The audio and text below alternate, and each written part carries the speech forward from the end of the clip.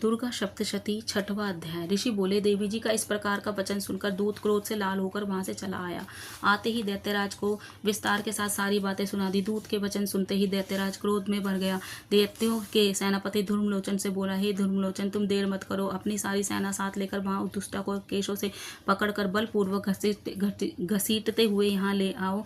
उसकी रक्षार्थ यदि कोई दूसरा वहां उपस्थित हो जाए तो वह देवता या यक्ष गंधर्व कोई भी हो, उसे मार डालो। ऋषि बोले, आज्ञा पाते ही वह धूम्रलोचन दैत्य 60,000 असुरों की सेना लेकर शीघ्र ही चल पड़ा। वहां पहुंचकर उसने हिमालय पर विराजमान देवी को देखा, जो ऊंची आवाज से बोला, अरे शुंभ शुंभ के पास चल, नहीं चल, प्रसन्नता से अभी भी चल, मेरे स्वामी के पास नहीं चलेगी तो स्मरण रख, तुझे बालों से पकड़कर घसीटते हुए बलपूर्वक ले जाऊंगा।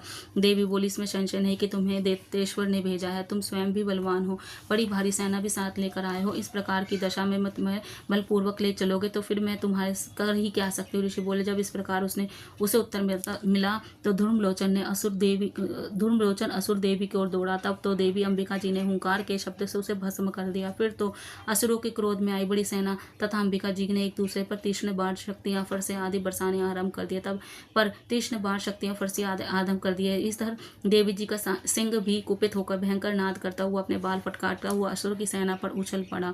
उस असुर ने किसुरे असुरों को पंजों की मार से मार डाला, एक को जबड़ों से कई तथा असुरों को नीचे पटक कर होठ की दाढ़ों से विद्युत करके मार डाला। कितने एक दैत्यों के केसरी ने नखूनों को पेट से फाड़ डाला। कितने एक दैत्यों का तल प्रहार कर उन्हें सिर धड़ से अलग कर दिए, दूसरों की भुजाएं सिन बिन आदि कर दिए। कितनों के पेट फाड़ फाड़ कर गले के बाल फटकारते हुए सिंह ने रुधिर पान किया। अत्यंत कुपित हुई देवी जी के वाहन बलवान सिंह ने क्षण भर में दैत्यों की सेना क्षय कर दी। देवी जी ने उस असुर धूम्रलोचन को मार डाला। देवी के वाहन सिंह ने भी सारी सेना का श्रेय कर दिया। शुंभ ने जब इस प्रकार सुना तो उसके क्रोध का पारा चढ़ गया, उसके होठ कांपने लगे।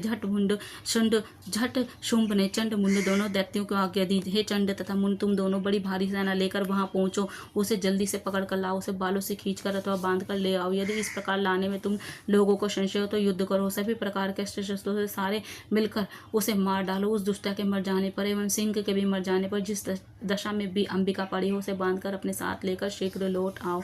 इति छठा अध्याय समाप्त। जयकारा शेरवाली। जय माता दी।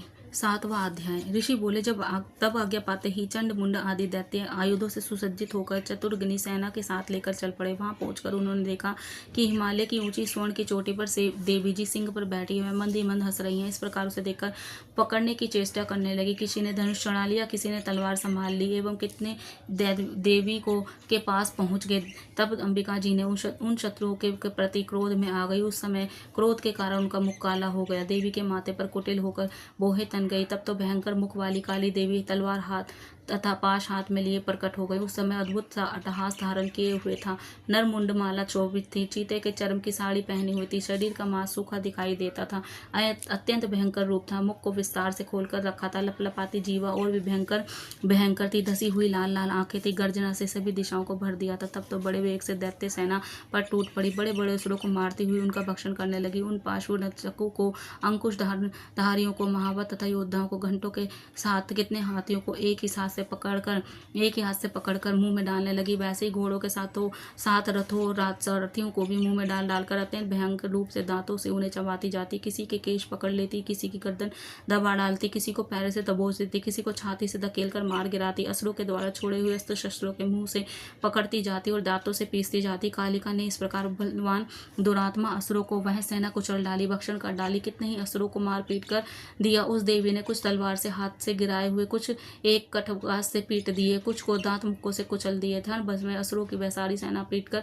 मारकर गिरा दी। यह देख चंड उस भयंकर काल की ओर दौड़ा। इधर महासुर मुंड ने भी महाभयंकर बाणों की वर्षा करके शस्त्र चलाए गए चक्रों द्वारा उस भयंकर आंखों वाली देवी को ढांप लिया। वे अनेकों चक्र देवी के मुख में इस तरह प्रवेश करते गए जैसे बहुत से सूर्यबिंद बादलों के पेट में समाते जा रहे हों। तब तो उनके भयानक मुख से भीतर देखना सकना कठिन था। ऐसे दांतों के प्रकाश से चमकती हुई अत्यंत क्रोध में आकर भयंकर गर्जना करती हुई यह काली भीषण अट्टहास करने लगी। हूं करती हुई के बड़ी तलवार हाथ में लिए देवी चंद पर कूद पड़ी।